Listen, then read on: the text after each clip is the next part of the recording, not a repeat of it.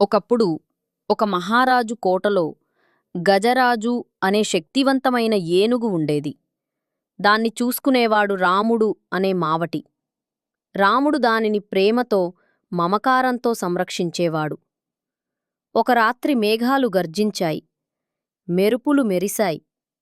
ఒక్కసారిగా ఒక భారీ మిణుగురు కోట ప్రక్కనే పడింది. భయంతో గజరాజు గొలుసు తెంచుకొని గర్జిస్తూ బయటకు పడిగెత్తింది. ప్రజలు అరుస్తూ పారిపోయారు. సైనికులు ప్రయత్నించినా దాని ముందర ఎవ్వరికీ ధైర్యం కలగలేదు. రాజు కోటపైనుండి ఆ భయానక దృశ్యం చూశాడు. దానిని ఎవరు ఆపగలరో వారికి బహుమతి ఇస్తాను అని గట్టిగా ప్రకటించాడు. అప్పుడే రాముడు ధైర్యంగా ముందుకు అడుగుపెట్టాడు. సైనికులు భయంతో అడ్డుకుని అన్నారు, రామూ, ఆ ఏనుగు రగిలిపోయింది. దానికి దగ్గర కాకావడమంటే ప్రాణాలపైనే ఆట.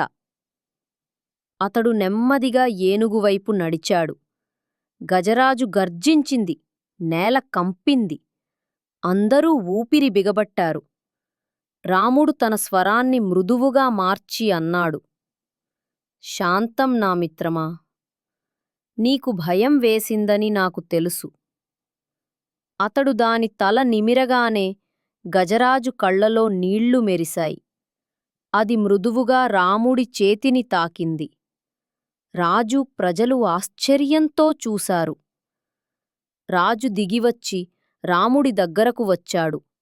అతన్ని చూసి ప్రశ్నించాడు, రామూ, నువ్వు ఆ కోపంతో ఉన్న ఏనుగును ఎలా అదుపు చేశావు? ఏ మాయ చేశావు? రాముడు ఇలా జవాబిచ్చాడు, మాయ కాదు మహారాజా, ప్రేమే మంత్రం. నేను దానిని భయపెట్టలేదు, అర్థం చేసుకున్నాను. మనుషులకైనా జంతువులకైనా ప్రేమే నిజమైన బంధం. నీతి, ప్రేమ, విశ్వాసం, సహనం ఇవి కోపాన్ని, భయాన్ని కూడా శాంతింపచేస్తాయి.